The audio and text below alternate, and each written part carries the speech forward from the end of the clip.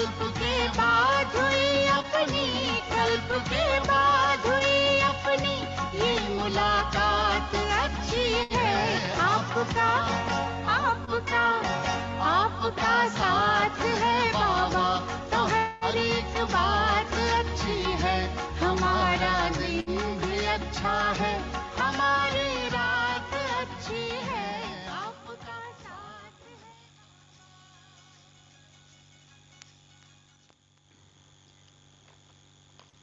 आज सतगुरुवार है। आज बाबा परिवार है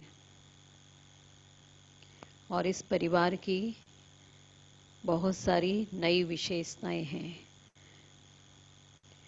ये परिवार ऐसा है कि जिसमें एक ही कुटुंब चला रहा है। इस परिवार का और विस्तार नहीं होता है, विस्तार केवल छोटे से ही रूप में होता रहता है। लौकिक परिवार में तो कितने विस्तार हो जाते हैं, उसमें भी बहुत सारी टाल टालियां जुड़ जाती हैं। लेकिन यहाँ है छोटा सा परिवार, लेकिन छोटा परिवार भी बड़ा हो रहा है। तो बाबा ने कहा इसलिए तुम्हें इस परिवार की भी खुशी होती है। और दूसरा, बृहस्पति किसको कहते हैं ये भी बाबा ने आज स्पष्ट बताया। बृहस्पति मना वृक्षपति, और वृक्षपति कौन है? शिव बाबा। तो ये बृहस्पति बार मतलब ही शिव बाबा का दिन। और कहते भी हैं बृहस्पति की दशा अच्छी होती है। तो इसलिए क्योंकि शिव बाबा ही आकर इतनी ऊंची नॉलेज देते हैं और वो ही सारी सृष्टि की दशा को अच्छी कर रहे हैं।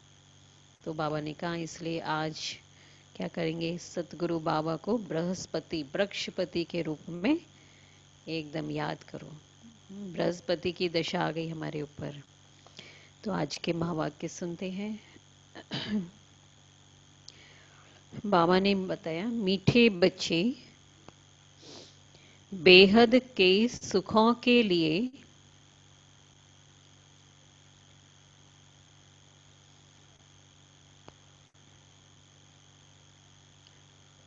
तुम्हें बेहद की नॉलेज मिलती है।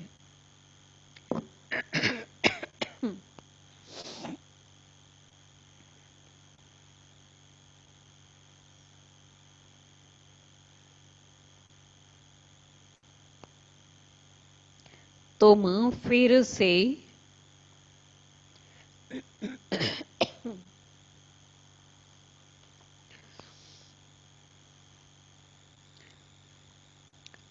तुम फिर से राजयोग की शिक्षा से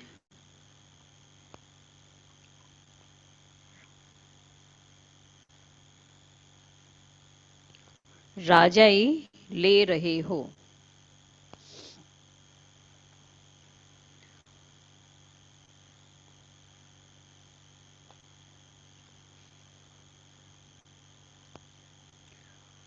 प्रश्न है, तुम्हारा ईश्वरीय कुटुंब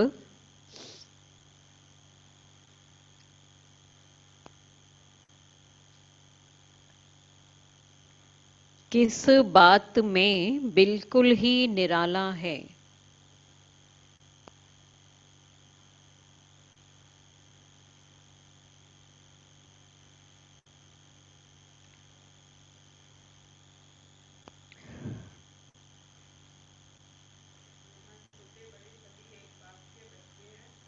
हम्म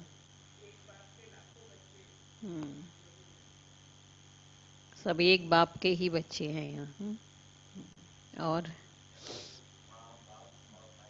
हम्म और कोई संबंध नहीं, माँ बाप भाई बहन बस। हम्म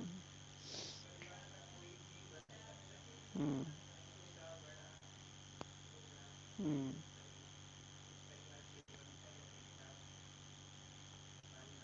हाँ, उत्तर है, इस ईश्वरीय कुटुंब में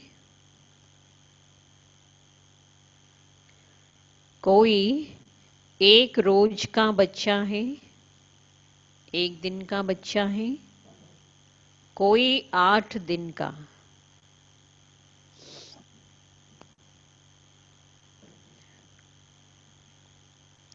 लेकिन सब पढ़ रहे हैं।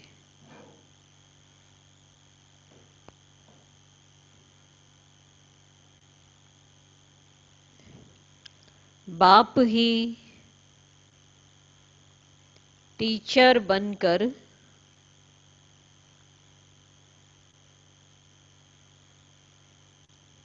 अपने बच्चों को पढ़ा रहे हैं।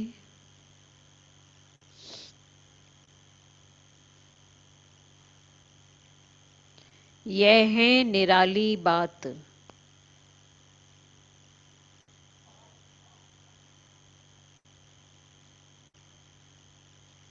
आत्मा पढ़ती है,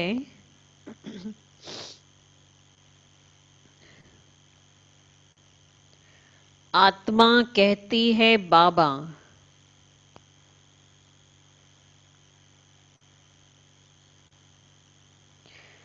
बाबा फिर बच्चों को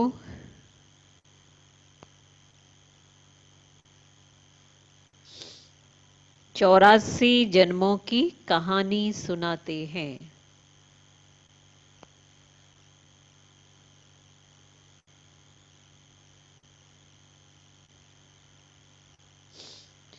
गीत है। दूर देश का रहने वाला आया देश पराए। ओम शांति। बाबा कहते वृक्षपति वार, उसका ही नाम रख दिया है बृहस्पति। ये त्योहार आदि तो वर्ष वर्ष मनाते हैं, तुम हर हफ्ते बृहस्पति डे मनाते हो। वृक्षपति अथवा इस मनुष्य सृष्टि रूपी झाड़ का जो बीज रूप है, चैतन्य है, वही इस झाड़ के आदि मध्य अंत को जानते हैं। और जो भी वृक्ष हैं वे सब जड़ होते हैं, और यह है चैतन्य, इनको कहा जाता है कल्प वृक्ष। इनकी आयु है 5000 वर्ष, और यह वृक्ष 4 भाग में है। हर चीज 4 भाग में होती है। यह दुनिया भी 4 भाग में है। सतयुग, त्रेता, द्वापर, कलयुग। दिन रात का चक्र में भी 4 भाग है, सुबह, दोपहर, शाम, रात। अब इस पुरानी दुनिया का अंत है। दुनिया कितनी बड़ी है यह ज्ञान कोई भी मनुष्य मात्र की बुद्धि में नहीं है। यह है नई दुनिया के लिए नई शिक्षा, और फिर नई दुनिया का राजा बनने के लिए अथवा आदि सनातन देवी देवता बनने के लिए शिक्षा भी नई है। भाषा तो हिंदी ही है। बाबा ने समझाया है कि जब दूसरी राजाई स्थापन होती है तो उनकी भाषा अलग होती है। भाषा तो हिंदी ही है। सतयुग में क्या भाषा होगी तो भी बच्चे थोड़ा थोड़ा जानते हैं, है ना। हिंदी भाषा भी कैसी होगी? शुद्ध होगी, अर्थ सहित शब्द होंगे। आगे बच्चियां ध्यान में जाकर बतलाती थी, वहां कोई संस्कृत नहीं है। संस्कृत भाषा तो यहाँ है ना, तो जो यहाँ है वह फिर वहां नहीं हो सकती। तो बच्चे जानते हैं यह है वृक्षपति। उनको फादर रचयिता भी कहते हैं इस झाड़ का। यह है चैतन्य बीज रूप, वह सब होते हैं जड़। बच्चों को सृष्टि के आदि मध्य अंत को भी जानना चाहिए ना। इस समय नॉलेज ना होने के कारण मनुष्यों को सुख नहीं है ना। नॉलेज नहीं है ना, सृष्टि का आदि मध्य अंत क्या है, रचयिता कौन है, उसकी न रचना को जानते हैं, इसलिए तो सुख नहीं है। क्योंकि पहली बात ना खुद को ही नहीं जानते हैं, इस चक्र में कौन पार्ट बजा रहा है वही नहीं पता। तो बाबा कहते ना, नॉलेज ना होने के कारण ही तो सुख नहीं है। अब यह है बेहद की नॉलेज, जिससे बेहद का सुख मिलता है। हद की नॉलेज से काग विष्टा समान सुख मिलता है। हाँ, तुम जानते हो हम बेहद के सुख के लिए अभी पुरुषार्थ कर रहे हैं फिर से। तो फिर से शब्द क्या है? हाँ, पहले भी किया है तो नई बात नहीं है। यह फिर से अक्षर सिर्फ तुम सुनते हो। तुम ही फिर से मनुष्य से देवता बनने के लिए यह राजयोग की शिक्षा प्राप्त कर रहे हो। यह भी तुम जानते हो, ज्ञान का सागर बाप निराकार है। निराकारी तो बच्चे आत्माएं भी हैं, लेकिन सबको अपना अपना शरीर है सब आत्मा, लेकिन आत्मा का अपना अपना शरीर है। इनको अलौकिक जन्म कहा जाता है। शिव बाबा का अपना शरीर नहीं है, तो शिव बाबा ने दूसरे के शरीर में प्रवेश किया, इसलिए इनका कहेंगे अलौकिक जन्म। और कोई मनुष्य ऐसे जन्म ले नहीं सकते जैसे कि यह लेते हैं, और इनकी भी वानप्रस्थ अवस्था में प्रवेश करते हैं। जिस तन में आते हैं उसकी भी वानप्रस्थ अवस्था होती है, तब आते हैं। फिर बच्चों व आत्माओं को सम्मुख बैठ समझाते हैं, और कोई आत्माओं को बच्चे बच्चे कह ना सके। कोई भी धर्म वाला हो, जानते हैं शिव बाबा हम आत्माओं का बाबा है। वह तो जरूर बच्चे बच्चे ही कहेंगे, बाकी कोई भी मनुष्य आत्मा को ईश्वर नहीं कह सकते और बाबा नहीं कह सकते। यूं तो गांधी को भी बापू कहते थे, म्यूनिसिपैलिटी के मेयर को भी फादर कह देते हैं, परंतु वे फादर हैं सब देहधारी। तुम जानते हो हमारी आत्माओं का बाप हमको पढ़ाते हैं। कौन पढ़ाते हैं? देहधारी नहीं पढ़ाते हैं। आत्माओं का बाप निराकार वो पढ़ाते हैं, और बाप घड़ी घड़ी कहते हैं कि अपने को आत्मा समझो, है ना, तभी हमारी बुद्धि में ये पढ़ाई अंदर रहेगी। और वह बाप आकर पढ़ाते भी आत्माओं को हैं। यह है ईश्वरीय कुटुंब परिवार। बाप के इतने ढेर बच्चे हैं, तुम भी कहते हो बाबा हम आपके हैं, तो तुम बच्चे हो गए। दिल से बोला ना बाबा, मुख से बोला तो बच्चे हो गया ना, बच्चा ही कह सकेगा बाबा। और कहते हैं बाबा हम 1 रोज का बच्चा हूं, कोई कहता मैं 8 रोज का बच्चा हूं, कोई मास का हूं। पहले तो जरूर छोटा ही होगा, भले 2-4 दिन का बच्चा ही है, परंतु ऑर्गन्स तो बड़े हैं ना, है ना। यहाँ भले ही एक दिन का ही है तो भी ऑर्गन्स तो बड़े ही है ना, समझ तो है। इसलिए सब बड़े बच्चों को पढ़ाई तो चाहिए, क्या वो 1 दिन का है, लेकिन छोटे ऑर्गन्स हो तो नहीं समझ सकता है।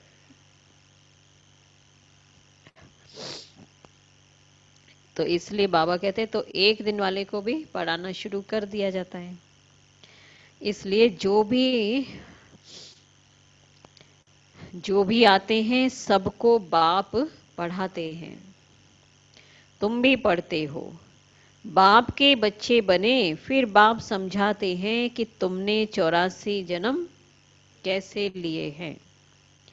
बाप कहते हैं मैं भी बहुत जन्मों के अंत में इनमें प्रवेश करता हूं और फिर पढ़ाता हूं।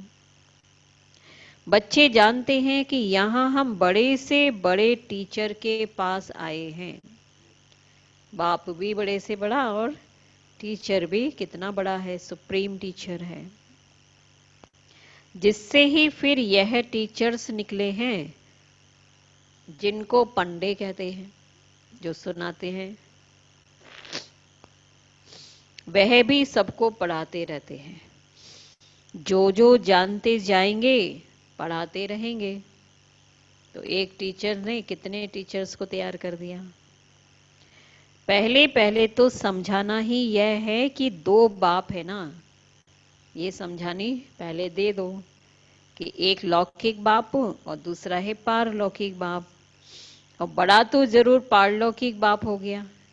ये भी प्रश्न पूछेंगे कौन बड़ा, तो सब बताएंगे ना, पारलौकिक बाप बड़ा है, जिनको भगवान कहा जाता है। तुम जानते हो अभी हमको पारलौकिक बाप मिला है और किसी को भी ये पता नहीं है। धीरे धीरे सब जानते जाएंगे। तुम बच्चे जानते हो कि हम आत्माओं को बाबा पढ़ाते हैं। हम आत्माएं ही एक शरीर छोड़ फिर दूसरा लेंगी, ऊंच से ऊंच देवता बनेंगे। ऊंच से ऊंच बनने के लिए आए हैं। कई बच्चे चलते चलते ऊंचे से ऊंची पढ़ाई को भी छोड़ देते हैं। किसका क्यों छोड़ देते हैं? और किसी ना किसी बात में संशय आ जाता है, या माया का कोई तूफान आता है जो सहन नहीं कर सकते हैं, घबरा जाते हैं। वह काम महाशत्रु से हार खा लेते हैं। इन्हीं कारणों से पढ़ाई छूट जाती है। निश्चय पहले सबसे बड़ी बात है, निश्चय की कमी। निश्चय नहीं होता है ना। यदि ये निश्चय हो कि भगवान पढ़ा रहे हैं, भक्ति के में तो देखो भक्तों का निश्चय देखा कि जिन्होंने भगवान के लिए कठिन कठिन साधनाएं की, तपस्याएं की, उनके सामने भी इतने विघ्न आए लेकिन वो हटे नहीं। तो कठिन साधना भी निश्चय के आधार पे उन्होंने की और उसमें भी सफल हुए। तो बड़ी बात तो निश्चय की होती है। तो यहाँ भी यदि ये निश्चय हो कि भगवान पढ़ा रहे हैं या भगवान आया है, तो क्यों फिर छोड़ के जाए? जरूर निश्चय की कमी होती है ना। बाप कहते हैं कल्प कल्प तुम अबलाएं माताएं ही पुकारते हो। कहते हैं बाबा हमको नंगन होने से बचाओ। बाप कहते हैं याद के सिवाय और कोई रास्ता नहीं है। याद से ही बल आता जाएगा। माया बलवान की ताकत कम होती जाएगी, फिर तुम छूट जाएंगे। ऐसे बहुत बंधन से छूटकर आते हैं, फिर अत्याचार होना बंद हो जाता है ना। याद में इतनी ताकत है। फिर आकर शिव बाबा से ब्रह्मा द्वारा बातचीत करते हैं। तो यह भी आदत पड़ जानी चाहिए। कौन सी आदत? याद में रहने की। कुछ भी हो जाए, तूफान आए, जो भी आए, लेकिन बाबा की याद को भूलना नहीं है। बुद्धि में यह रहना चाहिए कि हम शिव बाबा के पास जाते हैं, वह इस ब्रह्मा तन में आते हैं। हम शिव बाबा के आगे बैठे हैं। याद से विकर्म विनाश होंगे। अपने को आत्मा समझ बाप को याद करना है। यही शिक्षा मिलती है। एक ही मेन है पॉइंट कि मैं आत्मा हूं और शिव बाबा का बच्चा हूं। तो बाबा कहते हैं इसलिए पढ़ाई पढ़ने बैठो तो भी मैं आत्मा ये पढ़ाई पढ़ रहा हूं। कोई भी कार्य करो, मैं आत्मा ये कार्य कर रहा हूं। बाप से मिलने आओ तो भी अपने को आत्मा समझो। आत्मा अभिमानी भव। यह ज्ञान भी तुमको अभी मिलता है, आत्माभिमानी का। बाबा कहते हैं लेकिन ये है मेहनत, इसी में मेहनत है। उस भक्ति मार्ग में तो कितने वेद शास्त्र आदि पढ़ते हैं, यह तो एक ही मेहनत है, सिर्फ याद की। यह बहुत सहज से सहज है, बहुत डिफिकल्ट से डिफिकल्ट भी है, दोनों ही है। ये सहज भी है और डिफिकल्ट भी है। डिफिकल्ट क्यों है? क्योंकि खिसकती रहती है याद, इसलिए। बाकी बाप को याद करना, इससे सहज कोई बात होती नहीं है। बच्चे के लिए सबसे सहज बात है ना बाप को याद करना, और बच्चा बाप को भूलता ही नहीं है। पहचान हो जाए, निश्चय हो जाए तो। बच्चा पैदा हुआ और मुख से बाबा बाबा निकलेगा, बच्चे के मुख से मां निकलेगा। आत्मा ने फीमेल का शरीर धारण किया है, फीमेल मां के पास ही जाएगी। बच्चा अक्सर करके बाप को याद करता है क्योंकि वर्षा मिलता है। अभी तुम आत्माएं तो सब बच्चे हो, तुमको वर्षा मिलता है बाप से।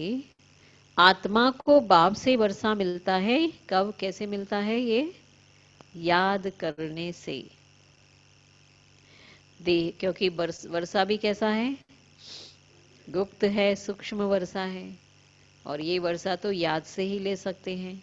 पवित्रता का, सुख शांति का, ज्ञान का वर्षा। देह अभिमानी होंगे तो वर्षा पाने में मुश्किलात होगी। बाप कहते हैं मैं बच्चों को ही पढ़ाता हूँ। बच्चे भी जानते हैं हम बच्चों को बाप पढ़ाते हैं। तो ये बातें सिवाय बाप के और कोई बता न सके। उनके साथ ही भक्ति मार्ग में तुम्हारा प्यार था। तुम सब आशिक थे उस माशूक के। सारी दुनिया आशिक है एक माशूक की, उसको याद करती है। और परमात्मा को सब परमपिता भी कहते हैं। बाप को आशिक नहीं कहा जाता है। तो बाप समझाते हैं कि तुम भक्ति मार्ग में आशिक थे, अभी भी हैं बहुत, है ना, याद करते आ रहे हैं। कितने तो जान दे देते हैं उसके पीछे, तो अभी भी ऐसे बहुत हैं। परंतु परमात्मा किसको कहा जाए, इसमें बहुत मूंझते हैं। गणेश, हनुमान आदि को परमात्मा कहकर एकदम सूत मुझा दिया है। चलो याद करें बाबा को। हाँ, तो क्या बताया था? भक्ति मार्ग में क्या कर दिया? सूत एकदम मूंझ गया है, क्योंकि कितने सारे भगवान बता दिए और विचित्र एकदम रूप दिखा दिया, है ना। अब इस मूंझे हुए सूत को सिवाय एक के कोई ठीक कर ना सके। एक ही सेकंड में शिव बाबा ने ठीक कर दिया ना, कि बस मैं आत्मा बिंदी, तुम भी बिंदी, है ना। यही तो बताया ना कि पिता और बच्चे का रूप एक होता है। तो जब आत्मा बिंदु है तो आत्मा का पिता भी बिंदु होगा। और वहां तो कितना कितना रूप दिखा दिया भगवान का। और बाबा ने कहा और कोई की ताकत नहीं है जो इसको ठीक कर सके। तो बाप ही आकर बच्चों को समझाते हैं। बच्चे फिर नंबरवार पुरुषार्थ अनुसार समझते हैं और समझाने के लायक बनते हैं। राजधानी स्थापन हो रही है, हूबहू कल्प पहले मिसल तुम यहाँ पढ़ते हो। फिर प्रारब्ध नई दुनिया में पाएंगे, उनको अमर लोक कहा जाता है। तुम काल पर विजय पाते हो, वहां कभी अकाले मृत्यु होती नहीं। नाम ही है स्वर्ग। तुम बच्चों को इस पढ़ाई में बहुत खुशी होनी चाहिए। रहती है खुशी सभी को? सभी जो सुन रहे हैं भाई बहने, खुशी रहती है ना सबको? बाप की याद से बाप की प्रॉपर्टी भी याद आएगी। सेकंड में सारे ड्रामा का ज्ञान बुद्धि में आ जाता है। मूल वतन, सूक्ष्म वतन, स्थूल वतन, 84 का चक्र, बस ये नाटक सारा भारत पर बना हुआ है ना। फिर भारत का आदि से अंत तक का सारा नॉलेज वो सब बताया है। बाकी तो समय बाई प्लॉट जो बाद में आए हैं। बाप नॉलेज भी तुमको सुनाते हैं। तुम ही ऊंच से ऊंच फिर नीच बने हो। डबल सिरताज राव और फिर बिल्कुल ही रंक बन गए। अभी भारत रंक भिखारी है। प्रजा का प्रजा पर राज्य है। सतयुग में था डबल सिरताज महाराजा महारानी का राज्य। सब मानते हैं आदि देव ब्रह्मा को, नाम बहुत दिए हैं। महावीर भी उनको कहते हैं, महावीर हनुमान को भी कहते हैं। तो वास्तव में तुम बच्चे ही सच्चे सच्चे महावीर हनुमान हो, क्योंकि तुम योग में इतना रहते हो हैं, जो माया के भले कितने भी तूफान आए लेकिन तुम्हें हिला नहीं सकते। तो जो ऐसे होके रहते ना, वही क्या है, महावीर हैं, वही हनुमान हैं। कितना ऊंचा नशा। तो महावीर के बच्चे महावीर बने हो, क्योंकि तुम माया पर जीत पाते हो। हनुमान के लिए दिखाए ना, कितना कितना रूप से माया आई उसके सामने, राक्षसी के रूप में उसको ना परेशान करने की, लेकिन सब पर विजय पाकर वो आगे बढ़ता रहा। तो बाबा भी कहते हैं 5 विकार रूपी रावण पर हर एक जीत पाते हैं, एक मनुष्य की बात नहीं है। अच्छा अभी देखो आज क्या बोला बाबा ने, केवल एक कोई भी बात एक की नहीं है। शास्त्रों में तो एक ही को एक निमित्त बनाया हुआ है ना, बाकी तो सारा कुछ संगम पे हो रहा है ना। तो बाबा ने कहा तुम हरेक को धनुष तोड़ना है। नई बात सुनी आज है ना, एक ने धनुष नहीं तोड़ा है, तो हरेक को धनुष तोड़ना है, अर्थात है माया पर जीत पानी है ना। धनुष तोड़ना मतलब, इसलिए वहां लिखा है धनुष भी सहज नहीं टूटा, सबने ने तो नहीं तोड़ पाया ना। तो धनुष तोड़ने का क्या बताया बाबा ने, माना माया पर जीत पानी है। माया भी इतनी प्रबल है, सहज से उस पर जीत नहीं पा सकते हो। लेकिन यदि एक बाप की याद है, बाप के बच्चे हैं, तो वही धनुष माया पर जीत पाएंगे। इसमें लड़ाई आदि की कोई बात नहीं। यूरोप वासी कैसे लड़ते हैं? भारत में कौरवों और यौवनों की लड़ाई है। यूरोप वासी वो है बॉम्ब्स की लड़ाई, एटम बॉम्ब्स आदि से। और भारत में होगा क्या, आपस के सांप्रदायिक दंगे वगैरह ये सब। तो इसमें क्या होता है फिर, खून की नदियां बहती हैं। तो भारत में गाया हुआ है ना, रक्त की नदियां बहेंगी, फिर दूध की भी नदियां बहेंगी। विष्णु को क्षीर सागर में दिखाते हैं ना। अब ऐसे दूध का सागर तो कोई होता नहीं है ना, दूध की नदियां बहती हैं। लेकिन दूध का सागर, दूध की नदी का मतलब भरपूर संपन्न है। लक्ष्मी नारायण है पारसनाथ, उनका फिर नेपाल की तरफ पशुपति नाम रख दिया है एक ही विष्णु के 2 रूप, पारसनाथ पारसनाथिनी, और वह है पशुपति नाथ पति, पशुपति नाथ पत्नी। उसमें विष्णु का चित्र बनाते हैं, लेक भी बनाते हैं। अब लेक में क्षीर कहाँ से आया, वहां दिखाया है ऐसा। बड़े दिन पर फिर उस लेक में दूध डालते हैं, फिर दिखाते हैं कि क्षीर सागर में विष्णु सोया पड़ा है। अर्थ तो कुछ भी नहीं, भक्ति के आधार पे वहां पे बनाया हुआ है, अर्थ तो जानते नहीं है। 4 भुजा वाला मनुष्य तो कोई होता ही नहीं है। अभी तुम बच्चे सोशल वर्कर हो, रूहानी बाप के बच्चे हो ना, है ना। सोशल वर्कर हो, क्या कर रहे हो, सेवा, समाज की सेवा क्या कर रहे हो, हैं।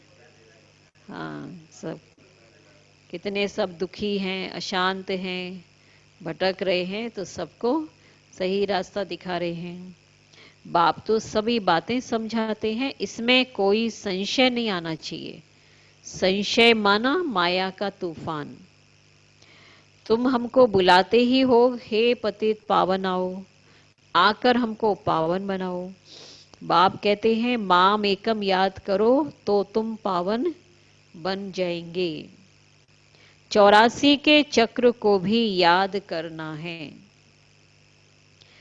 बाप को कहा जाता है पतित पावन, ज्ञान का सागर, दो चीज हो गई ना, पतितों को पावन भी बनाते हैं और 84 के चक्र का ज्ञान भी सुनाते हैं। यह भी तुम बच्चे जानते हो, 84 का चक्र चलता ही रहेगा, इसकी एंड नहीं है। यह भी तुम नंबरवार पुरुषार्थ अनुसार जानते हो। बाप तो कितना मीठा है, उनको पतियों का पति भी कहते हैं, बाप भी है। अब बाप कहते हैं मेरे से तुम बच्चों को बड़ा भारी वर्षा मिलता है, परंतु ऐसे मुझ बाप को भी फारकती दे देते हैं। भारी वर्षा भी मिल रहा है, वर्षे की समझ भी हो जाती है, और फिर भी बच्चे छोड़ देते हैं। तो क्या कहेंगे बाबा? यह भी ड्रामा में नोंद है, पढ़ाई को ही छोड़ देते हैं, गोया फारकती दे देते हैं। कितने बेसमझ हैं। जो अक्लमंद बच्चे हैं वे सहज ही सब बातों को समझकर दूसरों को पढ़ाने लग पड़ेंगे। वे फौरन निर्णय लेंगे कि उस पढ़ाई से क्या मिलता है और इस पढ़ाई से क्या मिलता है, क्या पढ़ना चाहिए। बाबा बच्चों से पूछते हैं, बच्चे समझते भी हैं कि यह पढ़ाई बहुत अच्छी है, हाँ, फिर भी कहते क्या करें, जिस्मानी पढ़ाई नहीं पढ़ेंगे तो मित्र संबंधी आदि नाराज होंगे। बाप कहते हैं दिन प्रतिदिन टाइम बहुत थोड़ा होता जाता है, इतनी पढ़ाई तो आगे पढ़ ही नहीं सकेंगे, समय नहीं मिलेगा। बड़े जोर से तैयारियां हो रही हैं। किधर? हाँ, उधर विनाश की भी तैयारियां जोर से हो रही है, जिसमें प्रकृति भी पूरा जोर से लगी हुई है, और इधर स्थापना की तैयारी भी जोर से हो रही है। और हर प्रकार से तैयारी होती है ना विनाश के लिए भी, एक ही तरह से तो विनाश नहीं होगा ना। दिन प्रतिदिन एक दो में दुश्मनी बढ़ती जाती है, देख ही रहे हो ना, एक देश से दूसरे देश में दुश्मनी बढ़ती है। कहते भी हैं कि ऐसी ऐसी चीजें बनाई हैं जो फट से सबको खलास कर देंगे। तुम बच्चे जानते हो ड्रामा अनुसार अभी लड़ाई लग नहीं सकती है ना। क्यों? कि राजाई स्थापन होनी है, तब तक हम भी तैयारी कर रहे हैं और यह भी तैयारी करते रहते हैं। जब राजाई तैयार स्थापन हो जाए, तैयारी पूरी इधर की, तो उधर भी विनाश हो। तुम्हारा पिछाड़ी में बहुत प्रभाव निकलने का है। गाया भी जाता है कि अहो प्रभु तेरी लीला अपरम अपार, और कहते ना तेरी लीला तू ही जाने और न जाने कोई। तो ये अभी निकलेगा, लोगों के मुख से अभी निकलने बाकी है, क्योंकि उनको रियलाइज होगा कि अरे ये तो अभी थोड़ा थोड़ा तो आ ही गए हैं इस तक, कि हाँ ये आप लोग ही ठीक बोल रहे थे, विनाश होगा, आप लोग जो बोल रहे थे वो सब हो रहा है, ये तो कहते हैं, लेकिन आप लोग बोल रहे थे वो, लेकिन भगवान बोल रहे ये अभी तक नहीं हुआ ना।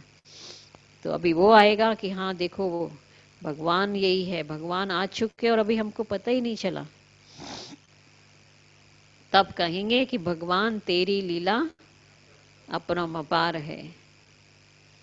ये इसी समय का गायन है। यह भी गाया हुआ है कि तुम्हारी गतमत न्यारी, सभी आत्माओं का पाठ न्यारा है। अभी बाप तुमको श्रीमत दे रहे हैं कि माम एकम याद करो तो विकर्म विनाश होंगे। कहाँ तो ये श्रीमत, और कहाँ फिर मनुष्यों की मत। मनुष्यों की मत क्या है? देहधारियों को याद करो और गिरो नीचे गिरते आओ। मनुष्य मत तो वही है ना।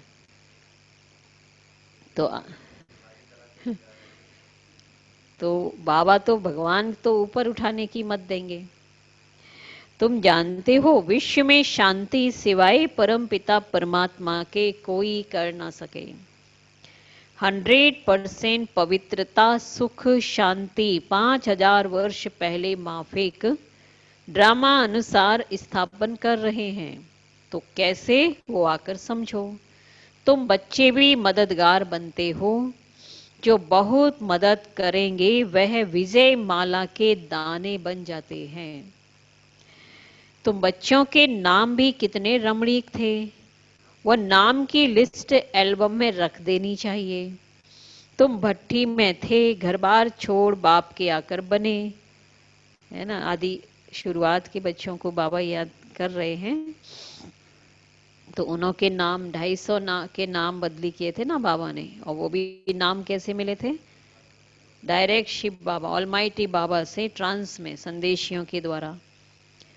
तो बाबा भी कहते हैं ना, तो एकदम भट्टी में आकर पड़े, मतलब एकदम एक धक से पहचाना बाप को और घर बार सब कुछ छोड़ा, लोक लाज सब छोड़ के बन गए बाप के, भट्टी में आ गए।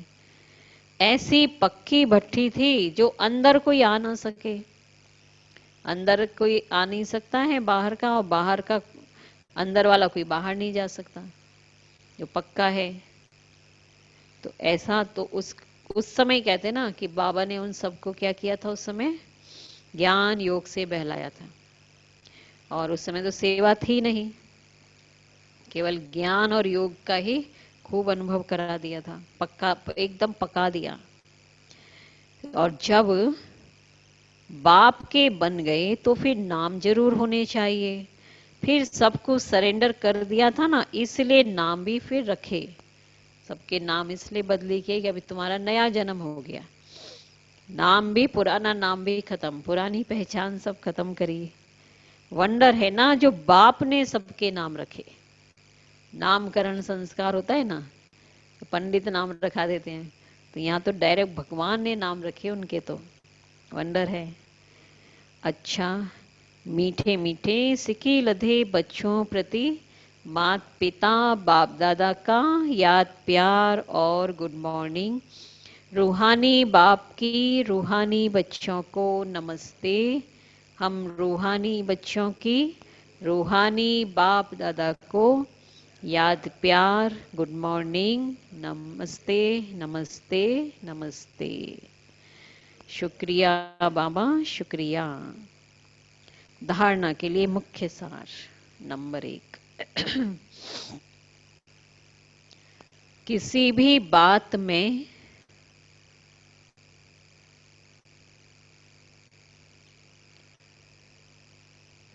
संशय बुद्धि नहीं बनना है।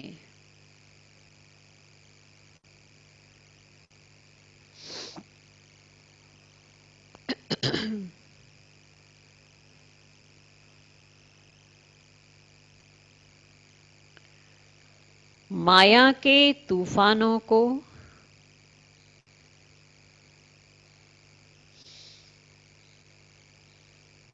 महावीर बन पार करना है।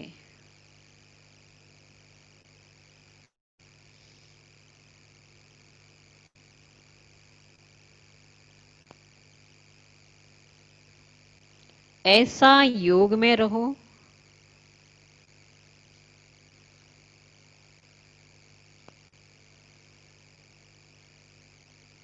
जो माया का तूफान हिला न सके।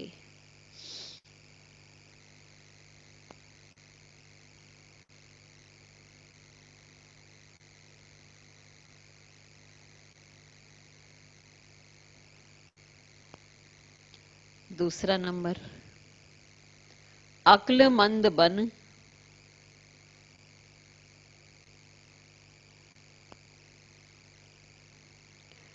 अपनी जीवन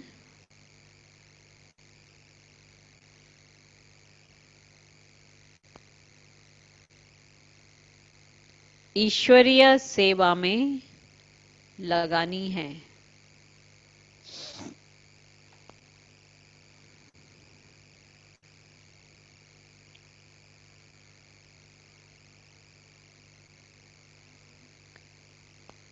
सच्चा सच्चा रूहानी सोशल वर्कर बनना है।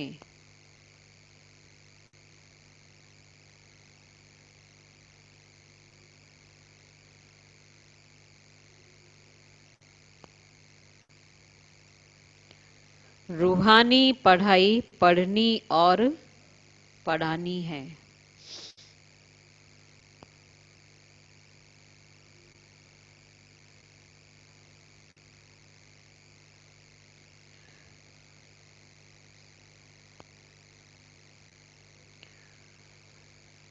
वरदान है, संकल्प रूपी बीज को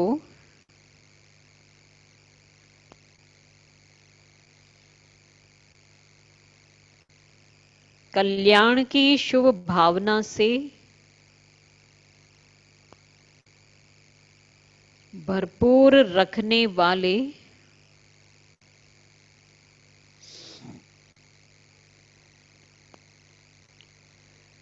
विश्व कल्याणकारी भव।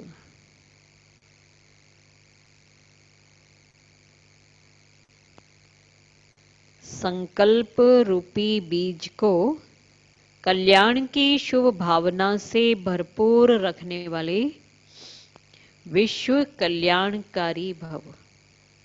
इसका विस्तार है, जैसे सारे वृक्ष का सार बीज में होता है, ऐसे संकल्प रूपी बीज हर आत्मा के प्रति, प्रकृति के प्रति शुभ भावना वाला हो। सर्व को बाप समान बनाने की भावना, निर्बल को बलवान बनाने की, दुखी अशांत आत्मा को सदा सुखी शांत बनाने की भावना का रस व सार हर संकल्प में भरा हुआ हो। कोई भी संकल्प रूपी बीज इस सार से खाली अर्थात व्यर्थ न हो। कल्याण की भावना ये भरी हो, कल्याण की भावना से समर्थ हो, तब कहेंगे बाप समान विश्व कल्याणकारी आत्मा। स्लोगन, माया के झमेलों से घबराने के बजाय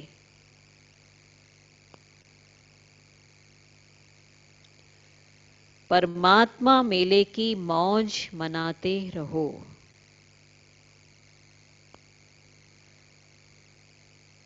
माया के झमेलों से घबराने के बजाय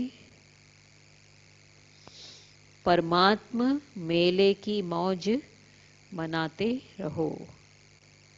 परमात्मा मेले की, परमात्मा मिलन की मौज मनाओ। ओम शांति। धनुष तो हमने भी तोड़ा है ना, कौन सा धनुष? बाबा की याद से माया पर जीत पा लिया। तो ये भी है ना, सब अभी के आधार पे फिर कितने प्रकार के शास्त्रों में बातें लिखी गई हैं। और क्या बताया?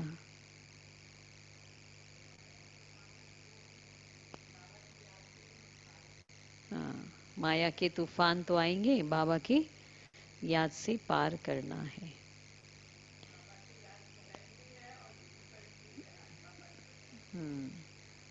याद सहज भी है, डिफिकल्ट भी है। सहज इसीलिए बोल दिया बाबा ने कि सहज ही सहज बोलेंगे तो लूज हो जाए, इसलिए जो रियल बात है वो भी बता दी कि डिफिकल्ट भी है, मेहनत भी है। और मेहनत की बात है, डिफिकल्ट बात है, इसलिए बहुत अटेंशन देना है। तो और बताओ क्या सुनाया? और भाई बहने जो दूर बैठे देख रहे हैं वो बताएं। देवनाथ भाई मुरली की पॉइंटर बताइए। हाँ बहन जी, ओम शांति। ओम शांति। माँ को बहुत इच्छा था आने के लिए, क्या करे अभी उपाय तो नहीं है। हाँ, इसलिए अभी कल यही विनोद उपाय भाई, निकला है ना। हाँ बाबा ने आज क्या बताया वो बताइए।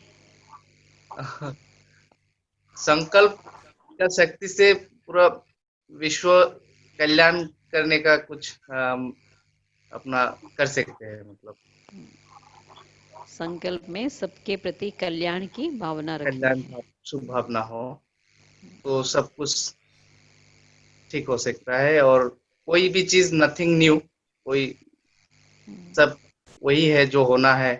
हम्म, जो होना है वही रिपीट हो रहा है ना, इसलिए कोई रिपीट हो। बात में चिंता फिक्र नहीं। ठीक है। ओम शांति। ओम शांति। और बताएं, कौन बताएगा? संजय भाई बताओ। दीदी ओम शांति। ओम शांति। दीदी बाबा कहते हैं घड़ी घड़ी अपने को आत्मा समझो, तभी जो ये ज्ञान है बुद्धि में रहेगा। हम्म, हाँ, मुख्य पॉइंट बाबा की है शिक्षा कि अपने आप को आत्मा समझो और बाबा को याद करो।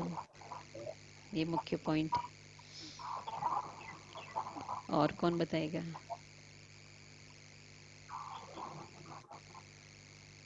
बरुआ भाई।